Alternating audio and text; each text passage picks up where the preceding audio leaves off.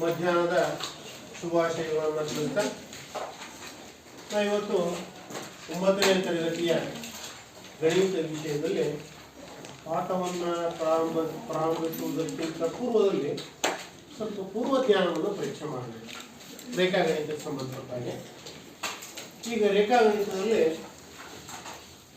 ನಾವು ಈ ಆಕೃತಿಯನ್ನು ಏನಂತ ಕರಿತೀವಿ? ಬಿಂದು. ಒಬ್ರು ಹೇಳ್ಬೇಕಾದ್ರೆ ಪ್ರೈಸ್ ವರ ನೀವು ಕೈಯನ್ನು ಎತ್ತಿ ನಾನು ಕೇಳ್ತೀನಿ ಏನಂತ ಕರಿತೀವಮ್ಮ? ಇದನ್ನೇನಂತ ಕರಿತೀವಿ ನಾವು? ಬಿಂದು. ಆಮೇಲೆ ಬಿಂದು ಅಂತ ಕರೆದ್ರೆ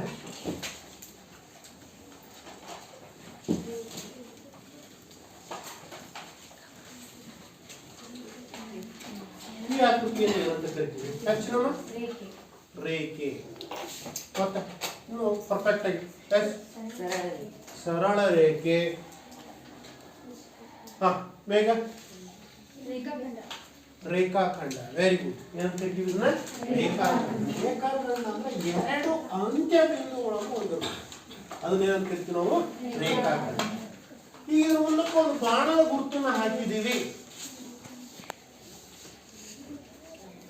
ಈಗ ಈ ಆಕೃತಿ ಏನಂತ ಕರಿತೀವಿ? ಎಸ್, ಕಿರಣ. Very good. ಏನಂತ ಕರಿತೀವಿ? ಕಿರಣ. ಎರಡೂ ಕಡೆಗೂ ಬಾಣದ ಗುರುತಿದೆ, ಸರಳ ರೇಖೆ ಅಂತ ಕರಿತೀವಿ. ಆಮೇಲೆ ನಾವು ರೇಖಾಗಣಿತದಲ್ಲಿ ಈ ಆಕೃತಿಯನ್ನು ಏನಂತ ಕರಿತೀವಿ? ವೃತ್ತ.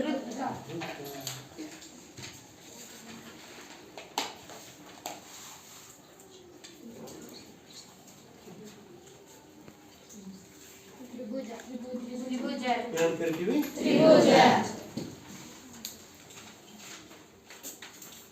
ವೃತ್ತ ಆಯಿತು, ತ್ರಿಭುಜ ಆಯಿತು. ನಾವು ಹಿಂದಿನ ತರಗತಿ ಅಂದ್ರೆ 8ನೇ ತರಗತಿಯಲ್ಲಿ ಈ ಆಕೃತಿ ಕುರಿತು ನಾವು ತಿಳ್ಕೊಂಡಿದ್ದೀವಿ.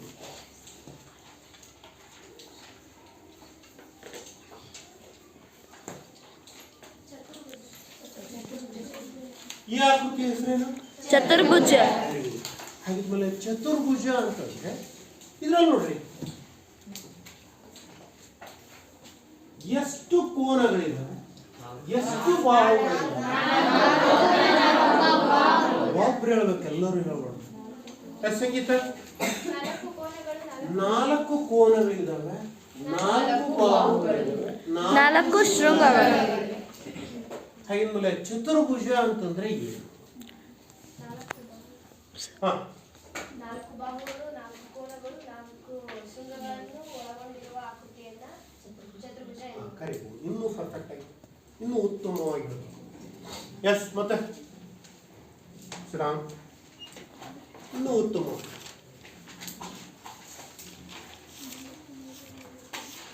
ಒಂದು ಸಮತಲದಲ್ಲಿ 4 ಬಾಹುಗಳು ಪರಸ್ಪರ ತಮ್ಮ ಅಂತ್ಯ ಬಿಂದುಗಳಲ್ಲಿ ಛೇದಿಸಿದಾಗ ಉಂಟಾಗ್ತಕ್ಕಂತಹ ಆಕೃತಿಯನ್ನ, ಆವೃತ್ತ ಆಕೃತಿಯನ್ನ ನಾವೇನಂತ ಕರಿತೀವಿ? ಚತುರ್ಭುಜ ಅಂತ ಕರಿತೀವಿ. ಹಾಗಾಗಿ ಇವತ್ತು ನಾವು ಚತುರ್ಭುಜಗಳು ಅನ್ನೋ ಒಂದು ಅಧ್ಯಾಯವನ್ನು ಕುರಿತು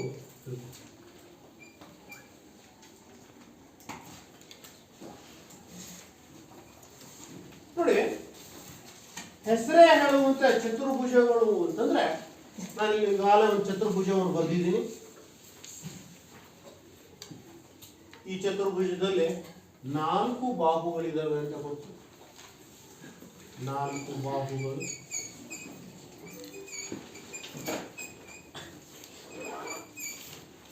ಈಗಾಗಲೇ ನಾವು 8ನೇ ತರಗತಿಯಲ್ಲಿ ಅಭ್ಯಾಸ ಮಾಡಿದ್ದೀವಿ. ಯಾವ್ಯಾವ ಬಾಹುಗಳು? 4 ಬಾಹುಗಳು ಯಾವ್ಯಾವು? ಇದರಲ್ಲಿ 4 ಬಾಹುಗಳು ಯಾವ್ಯಾವು? 4 ಬಾಹುಗಳನ್ನು ಗುರುತಿಸ್ಬೇಕಾಗಿದೆ. ಎಲ್ಲಿಂದ ಎಲ್ಲಿ ಒಂದು ಬಾಹು, ಎ ಇಂದ ಬಿ ಒಂದು ಬಾಹು, ಅದನ್ನ ಎ ಬಿ ಬಾಹು ಅಂತ ಕರಿತೀವಿ. ಮತ್ತೆ ಬಿ ಇಂದ ಸಿ ಒಂದು ಬಾಹು, ಅದು ಮತ್ತೊಂದು ಬಾಹು ಬಿ ಸಿ. ಸಿ ಇಂದ ಡಿ ಒಂದು ಬಾಹು, ಅದನ್ನ ಮತ್ತೊಂದು ಬಾಹು ಅಂತ ಕರಿತೀವಿ. ಮೂರಾದು ಡಿ ಇಂದ ಎ. ಒಟ್ಟು ಎಷ್ಟು ಬಾಹುಗಳಿದಾವೆ? 4 ಬಾಹುಗಳಿದಾವೆ. ಈಗ ನಾವು ಕೋನಗಳನ್ನು ಎಷ್ಟು ಕೋನ ಇದಾವೆ? ಅಂತ ಗೊತ್ತು. 4 ಕೋನಗಳಿದಾವೆ.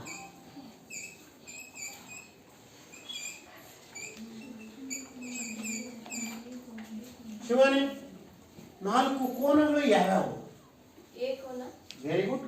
ಎ ಕೋನ, ಬಿ ಕೋನ, ಬಿ ಕೋನ, ಸಿ ಕೋನ, ಸಿ ಕೋನ, ಡಿ ಕೋನ. ಡಿ ಕೋನ. ಬಾ ಮಕ್ಕಳಿ, ಬಾಯಿಲಿ ಹೇಳಿದ್ದು ಕೋನ ಎ, ಕೋನ ಬಿ, ಕೋನ ಸಿ, ಕೋನ ಡಿ. ಹಾಗಿದ್ಮೇಲೆ ಒಂದು ಕೋನ ಹೇಳ್ತಾ ಇದ್ದೀವಿ ನಾವು. ಕೋನ ಎ ಅಂತಂದ್ರೆ ಅದು ಎಲ್ಲಿ ಉಂಟಾಗಿದೆ ಅನ್ನೋದು ಬೇಕೀಗ. ಕೋನ ಹೇಳ್ಬಿಟ್ವಿ ನಾವು, ಕೋನ ಎ ಅಂತಂದ್ರೆ. ಹಾಗಿದ್ಮೇಲೆ ಕೋನ ಎ ಎಲ್ಲಿ ಉಂಟಾಗಿದೆ? ನೋಡಿ, ಕೋನ ಎ ಅಂತಂದ್ರೆ ಇಲ್ಲಿ ಉಂಟಾಗಿದೆ. ಇದನ್ನ ಇನ್ನೂ ಒಂದು ರೀತಿ ಹೇಳ್ತೀವಿ. ಕೋನ ಎ ಅನ್ನ, ಕೋನ ಎ ಅನ್ನ ಮತ್ತೊಂದು ರೀತಿನೂ ನಾವು ಓದಬಹುದು. ಯಾವ ರೀತಿ ಓದಬಹುದಪ್ಪ ನಂದೀಶ? ಕೋನ ಎ ಅನ್ನ ಯಾವ ರೀತಿ ಓದಬಹುದು? D A B. ನೋಡಿ, ಇಲ್ಲಿ 3 ಅಕ್ಷರಗಳು ಬಂದು D A B, D A B. ಮಧ್ಯದ ಅಕ್ಷರ ಯಾವುದನ್ನ ಓದಿರ್ತೀವೋ ಅದು ಏನಾಗಿರುತ್ತೆ? ಕೋನ. ಕೋನ ಡಿ ಎ ಬಿ ಅಂತಾನೂ ಓದಬಹುದು, ಕೋನ ಎ ಅಂತಾನೂ ಓದಬಹುದು, ಕೋನ ಬಿ ಎ ಡಿ ಅಂತಾನೂ ಏನ್ ಮಾಡಬಹುದು? ನಾವು ಈ ಕೋನವನ್ನ ಓದಬಹುದು. ಈಗ ಒಂದೊಂದೇ ಬರೆಯೋಣಂತೆ. ಕೋನ ಎ, ಕೋನ ಬಿ, ಕೋನ ಸಿ, ಕೋನ ಡಿ. ಇದು ಒಂದು ವಿಧಾನ ಬರೀತಕ್ಕಂಥದ್ದು. ಇದಾದ್ಮೇಲೆ ಈ ರೀತಿಯೂ ನಾವು ಕೋನಗಳನ್ನು ಬರಿಬಹುದು. ಕೋನ ಎ, ಕೋನ ಬಿ, ಕೋನ ಸಿ, ಕೋನ ಡಿ. ಈಗ ಹೇಳಿದ್ವಲ್ಲ, 3 ಅಕ್ಷರಗಳನ್ನ ಬಳಸಿ ಬರೀತಕ್ಕಂಥದ್ದು. ಡಿ ಎ ಬಿ, ಕೋನ D A B, A B C. ಎಲ್ಲಿ ಉಂಟಾಗಿದೆ? ಬಿ ನಲ್ಲಿ.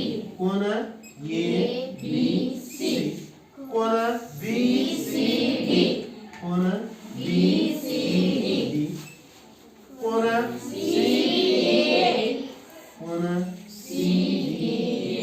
ಒಟ್ಟು ಎಷ್ಟು ಕೋನಗಳಿದಾವೆ? 4 ಕೋನಗಳು. ಎಷ್ಟು ತರ ಬರೀಬಹುದು? ಇದನ್ನು ಸಮೇತ ಈ ರೀತಿ ಬರೀಬಹುದು. ಯಾವುದು? ಡಿ ಎ ಬಿ ಇದೆ, ಡಿ ಎ ಬಿ ಈ ರೀತಿ ಬರೀ. ಮಧ್ಯದ ಅಕ್ಷರ ಮೇಲೆ ಎ ಬಿ ಸಿ ಇದೆ, ಎ ಬಿ ಸಿ. ಬಿ ಮೇಲೆ ಏನ್ ಮಾಡ್ತೀವಿ? ಒಂದು ಕ್ಯಾಪ್ ತರ ಹಾಕ್ತೀವಿ. ಅದು ಸಮೇತ ಕೋನವನ್ನ ಬರೀತಕ್ಕಂತಹ ವಿಧಾನ. ಶೃಂಗಗಳು ಯಾವಿದಾವೆ? 4 ಶೃಂಗಗಳು. ಎ ಶೃಂಗ, ಬಿ ಶೃಂಗ, ಸಿ ಶೃಂಗ, ಡಿ ಶೃಂಗ. ಎ ಶೃಂಗ, ಬಿ ಶೃಂಗ, ಸಿ ಶೃಂಗ, ಡಿ ಶೃಂಗ. ಈ ಶೃಂಗಗಳನ್ನು ಸಮೇತ ನಾವು ನೋಡಿದ್ದೀವಿ. ಈಗ ಮುಂದುವರೆದು ಚತುರ್ಭುಜದ ಯಾವ ರೀತಿ ಇರುತ್ತೆ? ಚತುರ್ಭುಜ ಅಂದ್ರೆ ಏನು? ಇದರ ಬಾಹುಗಳ್ಯಾವು, ಕೋನಗಳ್ಯಾವು, ಶೃಂಗಗಳ್ಯಾವು ಅಂತ ತಿಳ್ಕೊಂಡಿದ್ದೀವಿ. ಚತುರ್ಭುಜಕ್ಕೆ ಕೆಲವು ಲಕ್ಷಣಗಳಿದ್ದಾವೆ. ಉದಾಹರಣೆ,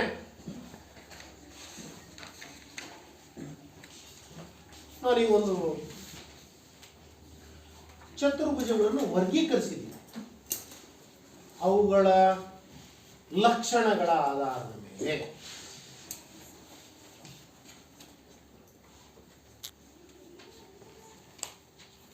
ಈಗ ನಾವು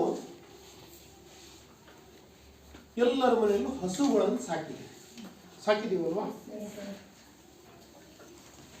ಆ ಹಸುಗಳನ್ನ ನಾವು ವರ್ಗೀಕರಣನೂ ಮಾಡಿದ್ದಾರೆ. ಒಂದು ಹಸು ನೋಡ್ತಿದ್ದಾಗ ಇದು ಯಾವ ಜಾತಿ ಹಸು ಅಂತ ಹೇಳ್ತೀವಿ ಅಲ್ವಾ? ಹೌದಲ್ವ? ಯಾವ್ಯಾವ ತರ ಹಸುಗಳಿದಾವಪ್ಪ? ಜವಾರಿ ನಮ್ಮದೇ. ನೋಡಿ, ಜವಾರಿ ಅಂತಂದ್ರೆ ನಮ್ಮದೇ ದೇಶೀಯ ತಳಿಯ ಹಸು ಆಗಿದ್ರೆ ಅದನ್ನ ಏನ್ ಕರಿತೀವಿ? ಜವಾರಿ ತಳಿಯ ಹಸು. ಅದ್ರ ಬೈ ಬಣ್ಣ ನೋಡ್ತೀವಿ, ಬಿಳಿ ಇರ್ತತೆ ಅಥವಾ ಕಪ್ಪು ಇರ್ತತೆ, ಸ್ವಲ್ಪ ಲೈಟ್ ಲೈಟ್ ಕಪ್ಪು ಇರ್ತತೆ. ಕೊಂಬೇನಾಗಿರ್ತವೆ, ಜಾಸ್ತಿ ಉದ್ದ ಇರ್ತವೆ. ಉದ್ದ ಇರ್ತಾವಲ್ವಾ? ಉದ್ದ ಇರ್ತವೆ, ಹೌದಾ? ದಪ್ಪ ಜಾಸ್ತಿ ಇರೋದಿಲ್ಲ, ದಪ್ಪ ಇರುವುದಿಲ್ಲ ಜವಾರಿ, ಹೌದಾ? ಅದನ್ನ ಏನ್ ಕರಿತೀವಿ ನಾವು? ಜವಾರಿ. ಅದರ ಲಕ್ಷಣ ಜರ್ಸಿ, ಕಪ್ಪು ಬಿಳುಪಿರ್ತತೆ, ದಪ್ಪ ಜಾಸ್ತಿ ಇರ್ತತೆ, ಕೋಡಿ ಇನ್ನು ಬಂದಿರ್ತವೆ ಅಲ್ವಾ. ಅದು ಜೋರಾಗಿ ಓಡಕ್ ಬರಲ್ಲ, ಅದು ನಿಧಾನಕ್ಕೆ ನಡೀತದೆ ಅಲ್ವಾ. ನಮ್ಮ ಇವು ಜವಾರಿ ಆದ್ರೆ ಏನ್ ಮಾಡ್ತವೆ, ಜೋರಾಗಿ ಓಡ್ತಾವಲ್ವಾ. ಆ ರೀತಿ ಲಕ್ಷಣಗಳ ಆಧಾರದ ಮೇಲೆ ನಾವೇನ್ ಮಾಡಿದ್ವಿ, ಆ ಹಸುಗಳಿಗೆ ಹೆಸರುಗಳನ್ನು ಕೊಟ್ಕೊಂಡಿದ್ವಿ, ನಮ್ಮದೇ ಆದ ಹೆಸರುಗಳನ್ನ ಅಲ್ವಾ. ಈಗ ಅದೇ ರೀತಿ ಈ ಚತುರ್ಭುಜಗಳಿಗೆ ಅವುಗಳ ಲಕ್ಷಣಗಳ ಆಧಾರದ ಮೇಲೆ ಚತುರ್ಭುಜಗಳನ್ನ ಏನ್ ಮಾಡಿದ್ವಿ, ನಾವು ವರ್ಗೀಕರಣ ಮಾಡಿದೀವಿ. ಆ ವರ್ಗೀಕರಣದಲ್ಲಿ ಯಾವ್ಯಾವ ಚತುರ್ಭುಜಗಳ ವಿಧಗಳು ಅಂತ ನೋಡ್ತಾ ಬರೋದು. ಚತುರ್ಭುಜಗಳ ವಿಧಗಳು ನಾವು ಆಲ್ರೆಡಿ 8ನೇ ಕ್ಲಾಸ್ ಕಲ್ತ್ಬಿಟ್ಟಿದ್ದೀವಿ.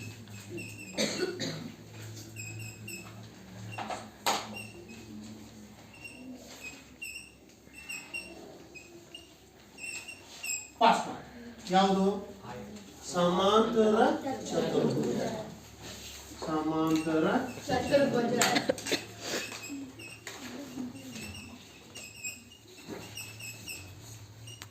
ಮತ್ತೆ ಈ ಸಮಾಂತರ ಚತುರ್ಭುಜದಲ್ಲಿ ಕೆಲವು ಲಕ್ಷಣಗಳಿದ್ದಾವೆ. ಆ ಲಕ್ಷಣ ಅನುಗುಣವಾಗಿ ಮತ್ತೆ ನಾವೇನ್ ಮಾಡಿದೀವಿ, ವರ್ಗೀಕರಣ ಮಾಡಿದೀವಿ.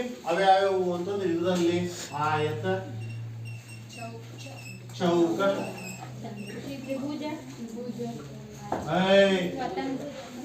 ತ್ರಿಭುಜ ಅಂದ್ರೆ 3 ಭಾಗಗಳ ಆಕೃತಿಯನ್ನು ನಾವೇನ್ ಕರಿತೀವಿ, ತ್ರಿಭುಜ ಅಂತ ಹೇಳಿ. ಚತುರ್ಭುಜ ಸಮಾಂತರ ಚತುರ್ಭುಜದಲ್ಲಿ ಆಯತ, ಚೌಕ ಮತ್ತೆ ವಜ್ರಾಕೃತಿ,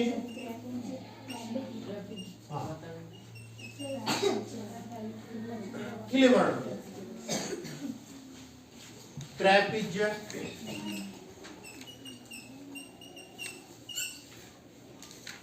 ಸಮದ್ವಿಬಾಹು ತ್ರಿಪಿಜ್ಯ. ತ್ರಿಪಿಜ್ಯದಲ್ಲಿ ಮತ್ತೆ ಸಮದ್ವಿಬಾಹು ತ್ರಿಪಿಜ್ಯ. ಇನ್ಯಾವುದಿದಾವೆ ಚತುರ್ಭುಜಗಳಲ್ಲಿ?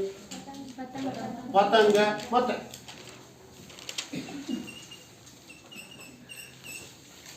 ವಜ್ರಾಕೃತಿ ಅಲ್ಲಿ ಬರ್ದಿದೀವಲ್ಲ, ಅದನ್ನು ಸಮೇತ ಒಂದು ಚತುರ್ಭುಜ. ಇನ್ಯಾವಿದಾವೆ?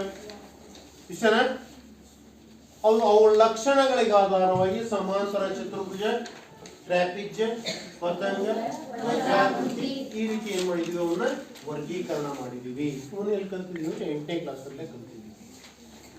ಈಗ ನಾವು ಸಮಾಂತರ ಚತುರ್ಭುಜದ ಲಕ್ಷಣಗಳನ್ನು ನೋಡೋಣ. ಸಮಾಂತರ ಚತುರ್ಭುಜದ ಲಕ್ಷಣ.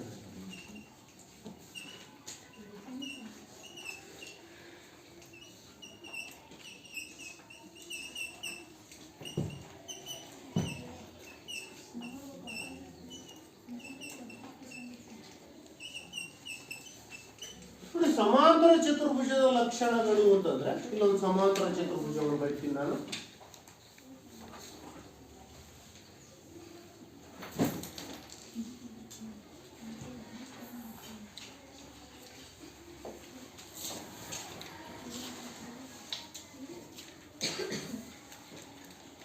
ಹೆಸರು ಕೊಡುತ್ತೆ ಎ ಬಿ ಸಿ ಡಿ. ಈ ಚಿತ್ರ ನೋಡ್ತಾ ಬರಬೇಕು.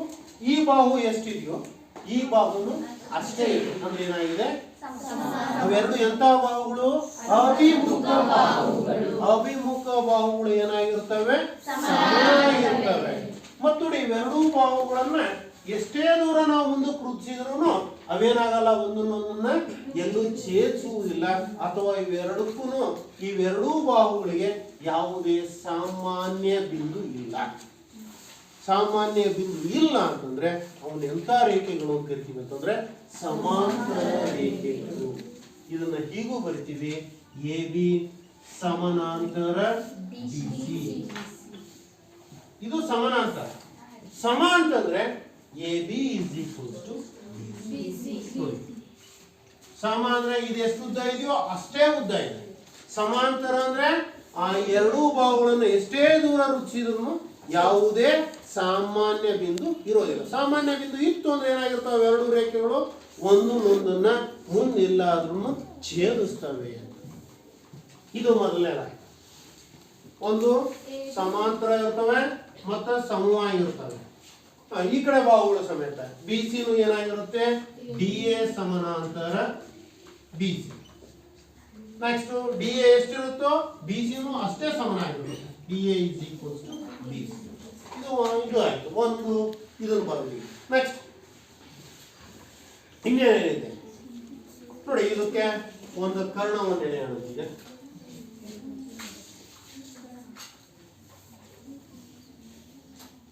ಈಗ ಏನಾಯ್ತು? ಕರ್ಣ ಎರಡು ತ್ರಿಭುಜಗಳು ಆಗಿದ್ದಾವೆ. ಹಾಗಿದ್ಮೇಲೆ ಸಮಾಂತರ ಚತುರ್ಭುಜದಲ್ಲಿ ಪ್ರತಿ ಕರ್ಣವು ಸಮಾಂತರ ಚತುರ್ಭುಜವನ್ನ ಎರಡು ಸರ್ವ ಸಮ ತ್ರಿಭುಜಗಳನ್ನಾಗಿ ಏನ್ ಮಾಡ್ತದೆ? ವಿಭಾಗಿಸುತ್ತದೆ. ಸಮಾಂತರ ಚತುರ್ಭುಜದ ಪ್ರತಿ ಕರ್ಣ ಏನ್ ಮಾಡ್ತದೆ? ಸಮಾಂತರ ಚತುರ್ಭುಜವನ್ನ ಎರಡು ಸರ್ವ ಸಮ ತ್ರಿಭುಜಗಳನ್ನಾಗಿ ವಿಭಾಗಿಸುತ್ತದೆ. ಈಗ ಅದಕ್ಕೊಂದು ಆಕ್ಟಿವಿಟಿ ನೋಡೋಣ.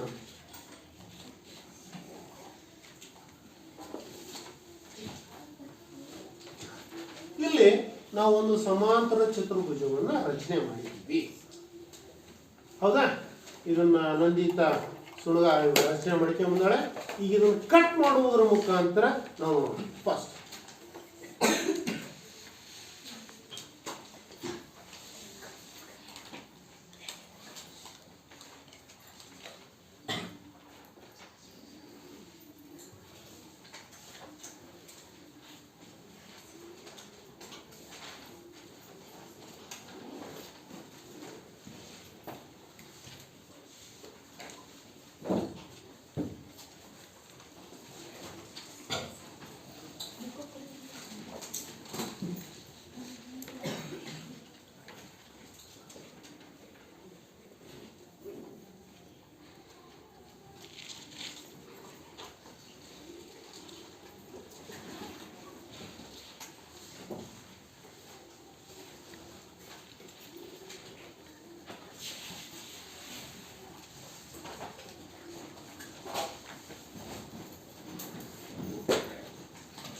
ನೋಡಿ, ಒಂದು ಸಮಾಂತರ ಚತುರ್ಭುಜವನ್ನು ನಾವು ಕಟ್ ಮಾಡ್ಕೊಂಡಿದ್ದೀವಿ, ರಚನೆ ಮಾಡಿರ್ತಕ್ಕಂಥದ್ದನ್ನ. ಇಲ್ಲಿ ಒಂದು ಕರ್ಣವನ್ನು ಸಮೇತ ಏನ್ ಮಾಡಿದ್ದೀವಿ? ನಾವು ಎಳೆದಿದ್ದೀವಿ. ಹೀಗೆ ಕರ್ಣದ ಮುಖಾಂತರ ಒಂದು ಕತ್ತರಿಸೋಣ.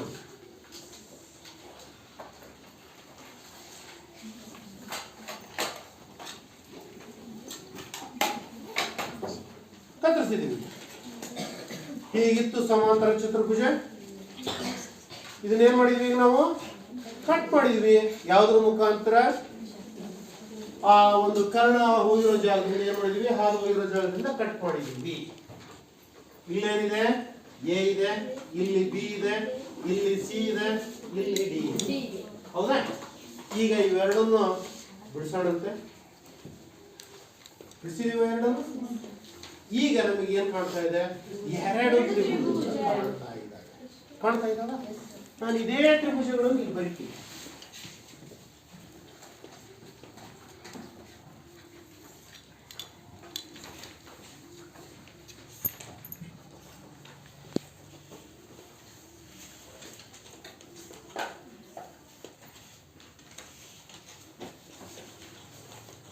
ಕಟ್ ಮಾಡಿರೋ ಎರಡು ತ್ರಿಭುಜಗಳನ್ನು ಬರಿತಾ ಇದ್ದೀನಿ.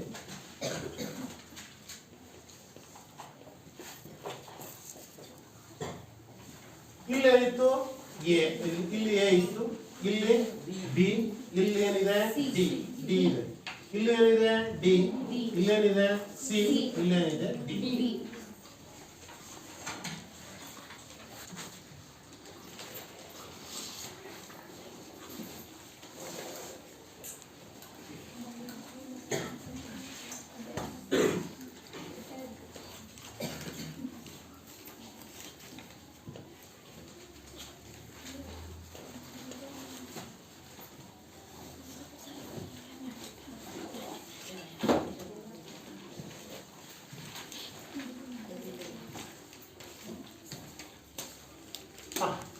ನೋಡಿ, ಈ ಕಟ್ ಮಾಡೋದಾದ್ರೆ ನಾವು ಈ ತ್ರಿಭುಜಗಳನ್ನು ಎರಡನ್ನೂ ತೋಡಿದ್ದೀನಿ.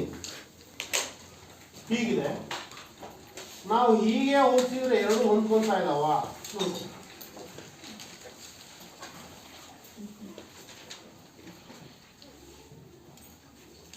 ಕರೆಕ್ಟಾಗಿ ಏನಾಗ್ತಾ ಇದೆ? ಎರಡು ತ್ರಿಭುಜಗಳು ಒಂದನ್ನೊಂದು ಹೊಂದ್ಕೊಳ್ತಾ ಇದ್ದಾವೆ. ನಾನು ಒಂದು ಸ್ವಲ್ಪ ಈ ತ್ರಿಭುಜವನ್ನು ತೋಡಿದ್ದನ್ನ ಹೀಗಿಡ್ತೀನಿ ಅಂದ್ರೆ ಇದರ ಅನುರೂಪ ಶೃಂಗಕ್ಕೆ ಇದರ ಅನುರೂಪ ಶೃಂಗ ಇದರ ಅನುರೂಪ ಶೃಂಗವನ್ನು ಸ್ವಲ್ಪ ಚೇಂಜ್ ಮಾಡೋಣಂತೆ. ನಾನೇನಾದ್ರೂ ಹೀಗಿಟ್ಟಿದ್ದೀನಿ ಅಂತಂದಾಗ ನೋಡ್ರಿ, ಈ ಕಡೆ ಬಾಹು ಏನಾಗ್ತಾ ಇತ್ತು ನಿಮಗೆ ಕಾಣ್ತಾ ಇದೆ, ಹೊಂದ್ತಾ ಇಲ್ಲ ಅಲ್ವಾ? ಅಂದ್ರೆ ಏನ ಅನುರೂಪ ಶೃಂಗ ಯಾವ್ದಾಗಿರಬೇಕಿತ್ತು? ಸಿ ಇರಬೇಕಿತ್ತು. ಬಿದು ಬಿನೇ ಇರಬೇಕು, ಡಿದು ಡಿನೇ ಇರಬೇಕು. ಇವೆರಡೂ ಬಾಹುಗಳಿಗೆ ಯಾವುದು ಸಾಮಾನ್ಯ ಇದೆ? ಡಿ ಬಿ ಏನಾಗಿದೆ? ಸಾಮಾನ್ಯ ಇದೆ. ಈ ರೀತಿ ಹೊಂದಿಸಿದಾಗ ಮಾತ್ರ ಇವೆರಡು ಏನಾಗಿರ್ತವೆ? ಸರ್ವ ಸಮ ತ್ರಿಭುಜಗಳಾಗಿರ್ತವೆ. ಇಲ್ಲ ಸರ್, ನಾನು ಬೇರೆ ತರ ಹೊಂದಿಸ್ತೀನಿ. ಇಲ್ಲಿ ನೋಡ್ರಿ, ಈ ಕಡೆ ಶೃಂಗಕ್ಕೆ ಇದನ್ನು ಹೊಂದಿಸಿದ್ರೆ ಏನಾಯ್ತು? ಈ ಕಡೆ ಇದು ಕಾಣ್ತಾ ಇದೆ, ಇದು ಕಾಣ್ತಾ ಇದೆ, ಇದು ಕಾಣ್ತಾ ಇದೆ. ನಮಗೆ ಸಮರೂಪಿಗಳು ಅಥವಾ ಸರ್ವ ಸಮ ಅಂದಾಗ ಏನಾಗಿರ್ಬೇಕು? ನಾವು ಕರೆಕ್ಟ್ ಆಗಿ ಈ ರೀತಿ ಹೊಂದಿಸ್ಬೇಕು. ಈಗ ಮೊದಲನೇದು ಸಮಾಂತರ ಚತುರ್ಭುಜಗಳ ಲಕ್ಷಣದಲ್ಲಿ ಸಮಾಂತರ ಚತುರ್ಭುಜವನ್ನು ಒಂದು ಕರ್ಣವು ಛೇದಿಸಿದಾಗ ಉಂಟಾಗುವ ತ್ರಿಭುಜಗಳು ಏನಾಗಿರ್ತವೆ ಅಂತ ಸಾಧಿಸಬೇಕು? ಸರ್ವ ಸಮವಾಗಿರ್ತವೆ ಅಂತಂದು ಏನ್ ಮಾಡೋದು? ಸಾಧಿಸೋದನ್ನು ನೋಡೋಣಂತೆ. ಸಮಾಂತರ ಚತುರ್ಭುಜವನ್ನು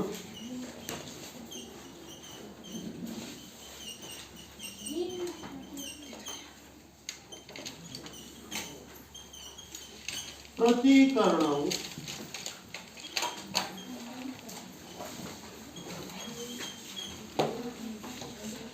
ಸಮಾಂತರ ಚತುರ್ಭುಜವನ್ನು ಪ್ರತಿ ಕರ್ಣವು ಏನು ಮಾಡ್ತದೆ? ಸಮಾಂತರ ಚತುರ್ಭುಜದ ಎರಡು ಸರ್ವ ಸಮ ತ್ರಿಭುಜಗಳನ್ನಾಗಿ ಅರ್ಪಿಸುತ್ತದೆ. ಸಮಾಂತರ ಚತುರ್ಭುಜವನ್ನು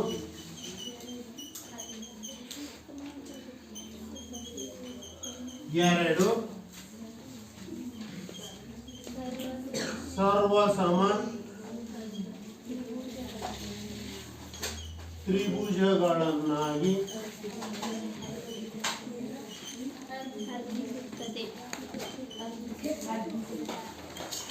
ಅರ್ಧಿಸುತ್ತದೆ. ಇದು ಹೇಳಿ. ಫಸ್ಟ್ ಮೊದಲೇದೇನು ಚಿತ್ರ ಬರೆದಿದ್ದೀವಿ, ದತ್ತ ಬರೆಯೋಣಂತೆ. ಚಿತ್ರದಲ್ಲಿ ಏನು ಕಾಣುತ್ತೋ ಅದನ್ನು ಬರಿತೀವಿ, ಅದೇನಾಗಿರುತ್ತೆ? ದತ್ತ ಆಗಿರುತ್ತೆ. ಸಂಗೀತ, ಈ ಚಿತ್ರದಲ್ಲಿ ಏನ್ ಕಾಣ್ತಾ ಇದೆ? ಈ ಚಿತ್ರ ನೋಡ್ಬೇಕು ನನಗೆ. ಇದು ಏನು? ಸಮಾಂತರ ಚತುರ್ಭುಜ, ಹೌದಾ? ಮತ್ತೇನ್ ಕಾಣ್ತಾ ಇದ್ದಾವೆ ಈಗ ಚಿತ್ರದಲ್ಲಿ? ಎರಡು ತ್ರಿಭುಜಗಳು. ಈಗ ನಾನು ಇದನ್ನ ಎಳೆದೇ ಇಲ್ಲ, ಯಾವುದನ್ನ? ಕರ್ಣವನ್ನು ಎಳೆದೇ ಇಲ್ಲ ಅಂತ ಇಟ್ಕೊಳ್ಳೋಣ, ಹೌದಾ? ಮತ್ತೇನು? ಸಮಾಂತರ ಚತುರ್ಭುಜ ಕಾಣ್ತಾ ಇದೆ. ಮತ್ತೇನ್ ಕಾಣ್ತಾ ಇದೆ ಚಿತ್ರದಲ್ಲಿ? ಏನ್ ಕೂರ್ಸಿದೀವಿ? ಹೆಸರನ್ನು ಕೂರ್ಸಿದೀವಿ, ಅದನ್ನು ಹೇಳಬೇಕು. ಹಾಗಿದ್ಮೇಲೆ ಇದೇನಿದು? ದತ್ತ ABCD ಒಂದು ಸಮಾಂತರ ಚತುರ್ಭುಜ. ಅದು ಹೇಳುತ್ತೆ ABCD ಒಂದು ಸಮಾಂತರ ಚತುರ್ಭುಜ.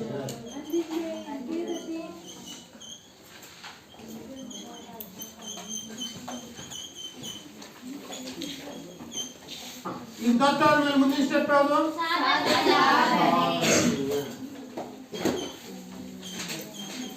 ಸಾಧನೆಯೇನ? ಸಾಧನೆನ? ಏನನ್ನ ಸಾಧಿಸಬೇಕಾಗಿದೆ? ಎರಡು ಸರ್ವ ಸಮ ತ್ರಿಭುಜಗಳು ಅಂತ, ಹೌದಾ? ಸರ್ವ ಸಮ ತ್ರಿಭುಜಗಳು ಅಂತಂದ್ರೆ ಈಗ ಒಂದು ರೇಖೆಯನ್ನು ಎಳೆಯೋಣಂತೆ. ಡಾಟ್ ಡಾಟ್ ಲೈನ್ ಅಲ್ಲಿ ಬೇಕಿದ್ರೆ ಇದೇನಿದು? ಕಾರಣ. ಈಗ ನನಗೆ ಎರಡು ತ್ರಿಭುಜಗಳು ಕಾಣ್ತಾ ಇದ್ದಾವೆ. ABD ಒಂದು ತ್ರಿಭುಜ, BCD ಒಂದು ತ್ರಿಭುಜ. ಯಾವ ಚಿಹ್ನೆ ಹಾಕಬೇಕು? A Tribhuja, ABD. ಚಿಹ್ನೆ ಯಾವುದು? ಸರ್ವಸಮ ಚಿಹ್ನೆ. ಸರ್ವಸಮ ಚಿಹ್ನೆ ಹೇಗೆ ಬರೀಬೇಕು? ನಂದೀಶ,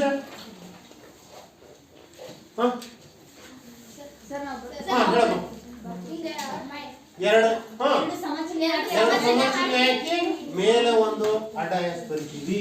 ಎರಡು ಸಮ ಚಿಹ್ನೆ ಹಾಕಿ ಮೇಲೆ ಹಿಂಗ ಅಡ್ಡ ಎಸ್ ಬರೋದ್ರೆ ಅದನ್ನ ಸರ್ವ ಸಮ ಚಿಹ್ನೆ ಅಂತ ಏನ್ ಮಾಡ್ತೀವಿ ಕರೀತೀವಿ. ಈಗ ತ್ರಿಭುಜ ABD ಆಯ್ತು. ಎಲ್ಲಿಂದ ಬರೋಣ? CBD. ತ್ರಿಭುಜ CBD ಗಳಲ್ಲಿ ಅಲ್ಲ EBC ಅಥವಾ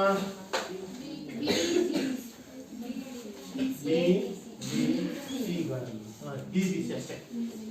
ಎರಡು ಸರ್ವ ಸಮ ಅಂತ ಏನ್ ಮಾಡಬೇಕು? ತೋರಿಸ್ಬೇಕು. ಈಗ ಅದಾದ್ಮೇಲೆ ಯಾವುದು? ರಚನೆ. ಏನ್ ಬರ್ದಿದೀವಿ? ರಚನೆ ಏನ್ ಮಾಡಿದೀವಿ? ಡಾಟ್ ಲೈನ್ ಹೇಳಿದೀವಲ್ಲ, BD ಕರ್ಣ ಎಳೆಯಿರಿ. BD ಕರ್ಣ ಎಳೆಯಿರಿ.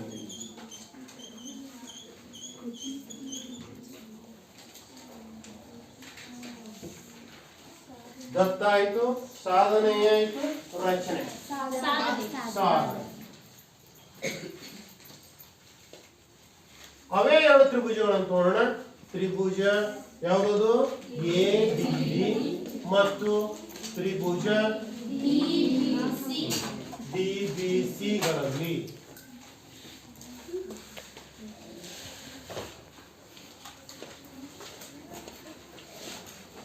ಒಂದೊಂದೊಂದನ್ನು ಹೋಲಿಸ್ತಾ ಇದ್ದೀವಿ.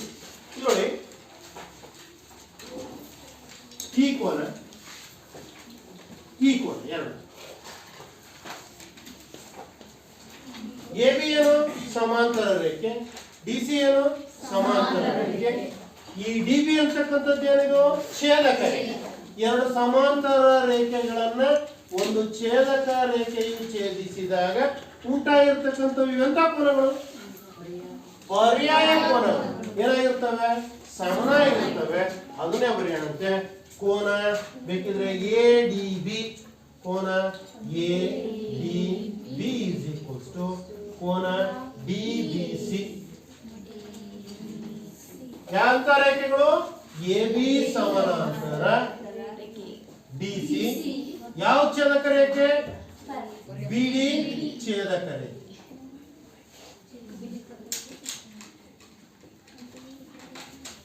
ಎಂತ ಕೋನಗಳಿವು? ಪರ್ಯಾಯ ಕೋನ.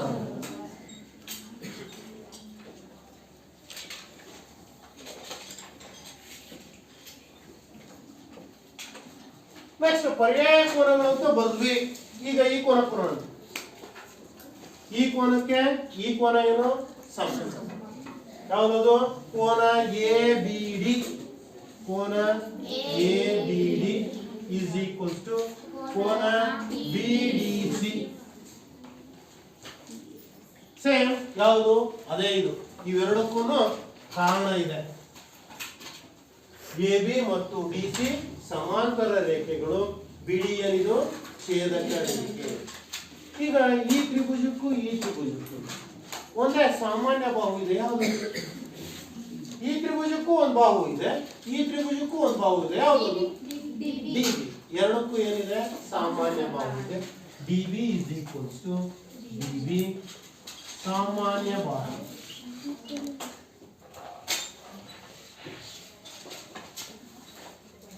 ನೋಡಿ, ನಾವು ತೆಗೆದುಕೊಂಡಿರೋದು ಇದು ಬಾಹು, ಇದು ಕೋನ, ಇದು ಕೋನ. ನೋಡಿ, ಈ ಕೋನಕ್ಕೂ ಈ ಬಾಹು ಇದೆ. ನೆಕ್ಸ್ಟ್ ಈ ಕೋನಕ್ಕೂ ಇದು ಬಾಹು ಇದೆ.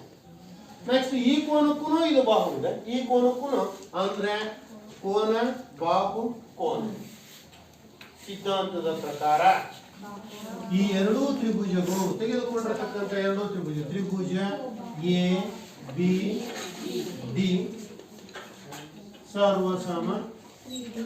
ABD ತೋಡಿದೀವ, A ಇಂದ ಪ್ರಾರಂಭ ಮಾಡಿದ್ವಾ. ಈಗ CBD, C ತ್ರಿಭುಜ CBD ಸರ್ವಸಮ ಅಂತ ಬರುತ್ತಿದ್ದ ಹಾಗೇನೆ ಇವು ಎಂತ ತ್ರಿಭುಜಗಳು? ಯಾವುದ್ರ ಪ್ರಕಾರ? ನಾವು ಇವೆರಡೂ ತ್ರಿಭುಜಗಳನ್ನು ಸರ್ವಸಮ ಅಂತ ತೋರಿಸ್ಬೇಕಿತ್ತು. ಸರ್ವಸಮ ಅಂತ ಏನ್ ಮಾಡೋಣ? ತೋರಿಸಿದ್ದೀವಿ. CBD ಇದನ್ನು ಇಂಟರ್ಚೇಂಜ್ ಮಾಡ್ಕೊಳ್ಳೋಣ ಸ್ವಲ್ಪ.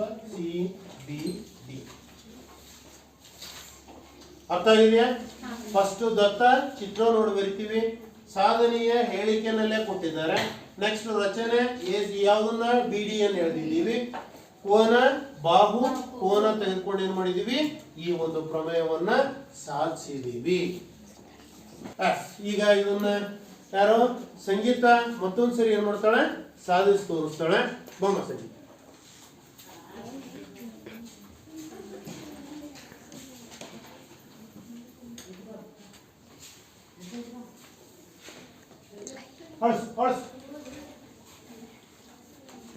ಆಯ್ತು ಹೇಳ್ತೀನಿ ತಗೋ.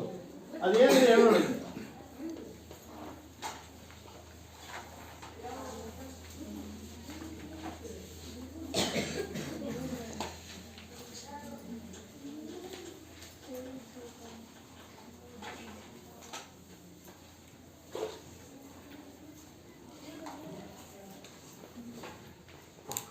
ಹೇಳಿಕೆ ಓದಮ್ಮ ದಿವ್ಯಾ. ಸಮಾಂತರ ಚತುರ್ಭುಜವನ್ನು ಮೇಲೆ ಬರೀನ ಸ್ವಲ್ಪ. ಸಮಾಂತರ ಚತುರ್ಭುಜವನ್ನು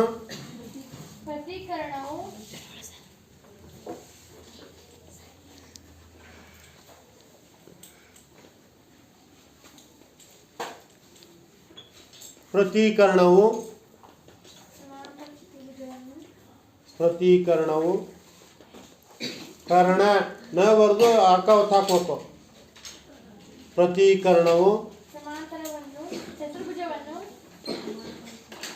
ಸಮಾಂತರ ಚತುರ್ಭುಜವನ್ನು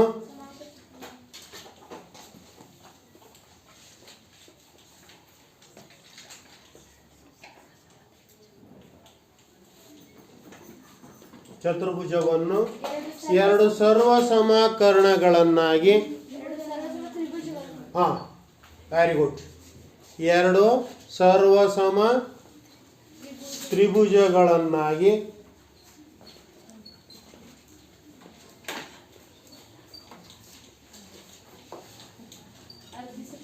ಅರ್ಧಿಸುತ್ತವೆ.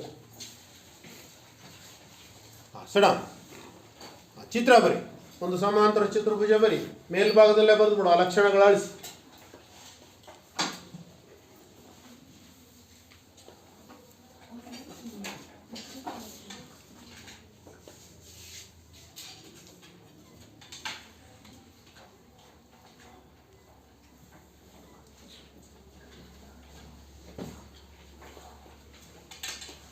ಈಗ ನಾನು ಕೇಳಿದವರು ಒಬ್ಬೊಬ್ಬರೇ ಆನ್ಸರ್ ಮಾಡ್ತಾ ಬರಿಬೇಕು. ಸಂಗೀತ ಬರಿತಾ ಬರ್ತಾಳೆ.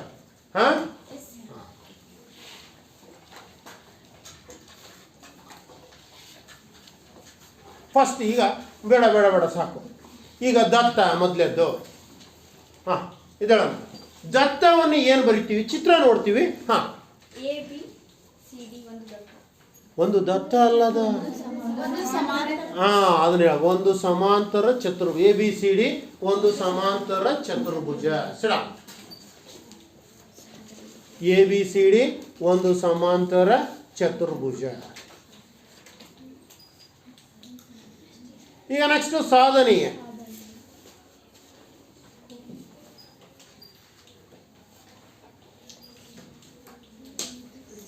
ಸಾಧನೀಯ ಏನ್ ಬರಿತೀವಿ? ತ್ರಿಭುಜ ತ್ರಿಭುಜ ABD, ಸರ್ವಸಮ ತ್ರಿಭುಜ CBD. ತ್ರಿಭುಜ ಬರಿಬೇಕು. ತ್ರಿಭುಜ CBD. ನೆಕ್ಸ್ಟ್ ಇದಾದ್ಮೇಲೆ ಯಾವ ಸ್ಟೆಪ್ಪು? ರಚನೆ. ಚೆನ್ನಮ್ಮ ಹೇಳ್ತಾಳೆ. ರಚನೆ ಏನ್ ಚೆನ್ನಮ್ಮ? DB BD RDB ಎರಡು ಒಂದು. BD ಕರ್ಣ ಎಳೆಯಿರಿ.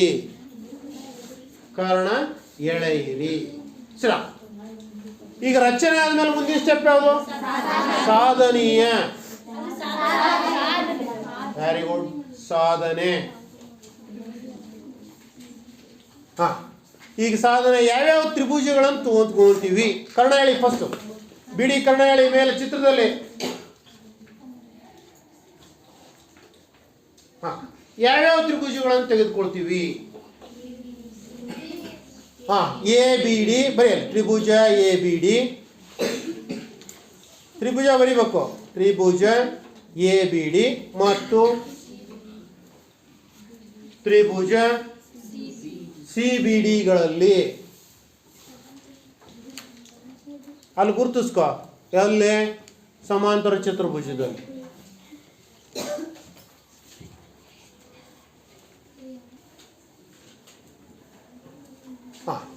ಒಂದು ಇಲ್ಲಿ ಬಾಯಿ ಈ ಕಡೆ ಬಾ ಬರಿ ಆ ಕೋನ ಒಂದನ್ನು ನಾನು ಆಗಲೇ ಬರೆದಿದ್ದೆ ಹೇಗೆ ಬರೀಬಹುದು ಕೋನ ಒಂದು ಅನ್ನೋದನ್ನು ಇಲ್ಲಿ ಕೋನ ಇದೆ ಅಲ್ವಾ ಇಲ್ಲಿ ಕೋನ ಇರ್ತಕ್ಕಂಥದ್ದನ್ನು ಯಾವ ರೀತಿ ಓದ್ತೀವಿ ಎ ಡಿ ಬಿ ಬರಿ ಅದನ್ನ ಎ ಡಿ ಬಿ ಕೋನ ಎ ಡಿ ಬಿ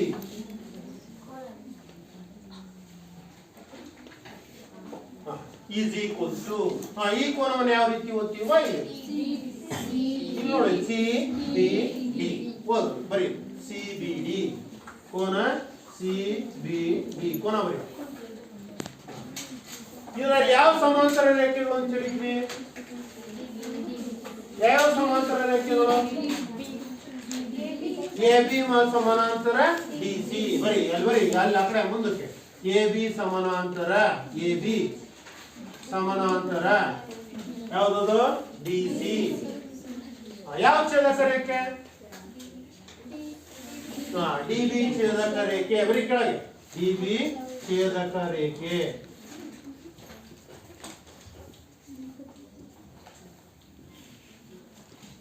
ಮತ್ತೆ ನೀವು ಎಂತ ಕೋನಗಳು ಅಂತ ಹೇಳಿದ್ವಿ ಬರೀ ಪರ್ಯಾಯ ಕೋನಗಳು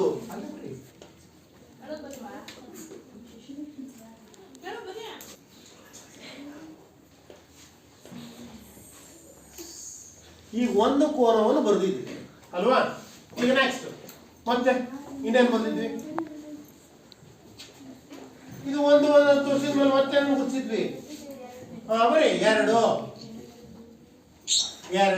ಅಲ್ಲಿ ಈ ಎರಡು ಅನ್ನೋ ಕೋನವನ್ನು ಯಾವ ರೀತಿ ಓದ್ಬಹುದು ಓದು ನೀನು ಹೇಗೆ ಬೇಕಾದ್ರೆ ಹೇಳು ಎ ಬಿ ಡಿ ಬರೀ ಕೋನ A B D is equals to ಇದ್ಯಾವುದು ಈ ಕೋನ BDC ಬರಿ is equals to ಕೋನ BDC ಇದಕ್ಕೂ ಸಮೇತ ಯಾವ್ಯಾವು ಇದೇ ಸಮಾಂತರ ರೇಖೆಗಳು AB ಮತ್ತು DC ಸಮಾಂತರ ರೇಖೆ ಯಾವುದು ಛೇದಕ ರೇಖೆ BD ಛೇದಕ ರೇಖೆ ಎಂತ ಕೋನಗಳು ಪರ್ಯಾಯ ಕೋನಗಳು ಅವೆರಡಕ್ಕೂ ಒಂದೇ ಕಾರಣ ನೆಕ್ಸ್ಟ್ ಇನ್ನೊಂದು ಲಾಸ್ಟ್ ಒಂದು ತೋರಿಸಿದ್ವಿ ಎರಡು ಕೋನ ಏನ್ ತೋರಿಸಿದ್ವಿ ಕೋನ ತೋರಿಸಿದ್ಮೇಲೆ ಏನ್ ತೋರಿಸಿದ್ವಿ ಈ ತ್ರಿಭುಜಕ್ಕೂ ಯಾವ್ದಿದೆ ಈ ತ್ರಿಭುಜಕ್ಕೂ ಒಂದು ಬಾಹು ಸಾಮಾನ್ಯ ಇದೆ ಯಾವ್ದು ಬರಿ DB is equals to DB ಸಾಮಾನ್ಯ ಬಾಹು ಈಗ ನಾವು ಏನೇನ್ ತೋರಿಸಿದೀವಿ ಅಂತ ನೋಡೋಣ ಒಂದು ಕೋನ ತೋರಿಸಿವಿ ಒಂದು ಬಾಹು ತೋರಿಸಿವಿ ಒಂದು ಕೋನ ತೋರಿಸಿವಿ ಕೋನ ಬಾಹು ಕೋನ ಸರ್ವಸಮ್ಮತೆಯ ಸಿದ್ಧಾಂತದ ಪ್ರಕಾರ ತೆಗೆದುಕೊಂಡಿರತಕ್ಕಂತಹ ಎರಡೂ ತ್ರಿಭುಜಗಳು ಎಂತ ತ್ರಿಭುಜಗಳು ಸರ್ವಸಮ ತ್ರಿಭುಜಗಳು ಬರೀ ತ್ರಿಭುಜ ಎ ಬಿ ಡಿ ಸರ್ವಸಮ ತ್ರಿಭುಜ ಎ ಬಿ ಡಿ ಸರ್ವಸಮ ತ್ರಿಭುಜ ಸಿ ಬಿ ಡಿ ಯಾವ ಕಾರಣ ಏನ್ ಬರೀಬೇಕು ಸರ್ವಸಮ್ಮತೆಯ ಅರ್ಥ ಆಗಿದೆಯಲ್ಲ ಎಲ್ಲರಿಗೂ ನಾನೊಂದ್ಸರಿ ಸಾಧಿಸಿ ತೋರಿಸಿದೀನಿ ಸಂಗೀತ ಒಂದ್ಸರಿ ಸಾಧಿಸಿ ತೋರಿಸಿದಾಳೆ ಈಗ ಕೋಬಾಕೋ ಸರ್ವಸಮ್ಮತೆಯ ನಿಯಮ ಅಥವಾ ಕೋಬಾಕೋ ಸರ್ವಸಮ್ಮತೆಯ ಸಿದ್ಧಾಂತ ವೆರಿ ಗುಡ್ ಬಾ ಈಗ ಸಮಾಂತರ ಚತುರ್ಭುಜದ ಲಕ್ಷಣಗಳನ್ನು ಹೇಳ್ತಾ ಹೋಗ್ಬೇಕು ಕೆಲವು ಲಕ್ಷಣಗಳು ಈಗಾಗಲೇ ಹೇಳಿದೀವಲ್ವ ಒನ್ ಬೈ ಯಾರಾದ್ರೂ ರೈಸ್ ಯುವರ್ ಹ್ಯಾಂಡ್ಸ್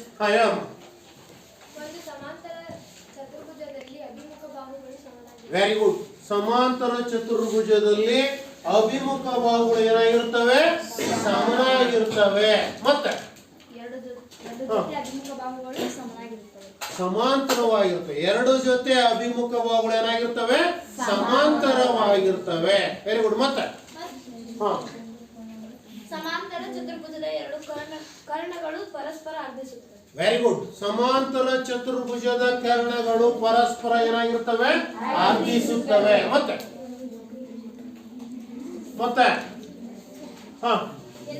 ಎರಡು ಜೊತೆ ಅಭಿಮುಖ ಬಾಹುಗಳು ಸಮವಾಗಿರುತ್ತವೆ ವೆರಿ ಗುಡ್ ಎರಡು ಜೊತೆ ಅಭಿಮುಖ ಬಾಹುಗಳು ಏನಾಗಿರ್ತವೆ ಸಮನಾಗಿರ್ತವೆ ಈಗ ಇಲ್ಲಿಯವರೆಗೆ ಈ ಒಂದು ಅವಧಿಯಲ್ಲಿ ನಾವೇನ್ ಮಾಡಿದ್ವಿ, ಸಮಾಂತರ ಚತುರ್ಭುಜದ ಒಂದು ಲಕ್ಷಣವನ್ನು ನಾವೇನ್ ಮಾಡಿದೀವಿ, ಸಾಧಿಸಿದೀವಿ. ಅದು ಯಾವ ಲಕ್ಷಣ ಅಂತಂದ್ರೆ, ಸಮಾಂತರ ಚತುರ್ಭುಜವನ್ನ ಪ್ರತೀಕರಣವು ಸಮಾಂತರ ಚತುರ್ಭುಜವನ್ನ ಎರಡು ಸರ್ವಸಮ ತ್ರಿಭುಜಗಳನ್ನಾಗಿ ಆರ್ಧಿಸುತ್ತದೆ ಅಂತಕ್ಕಂಥದ್ದನ್ನು ಸಾಧಿಸಿದೀವಿ.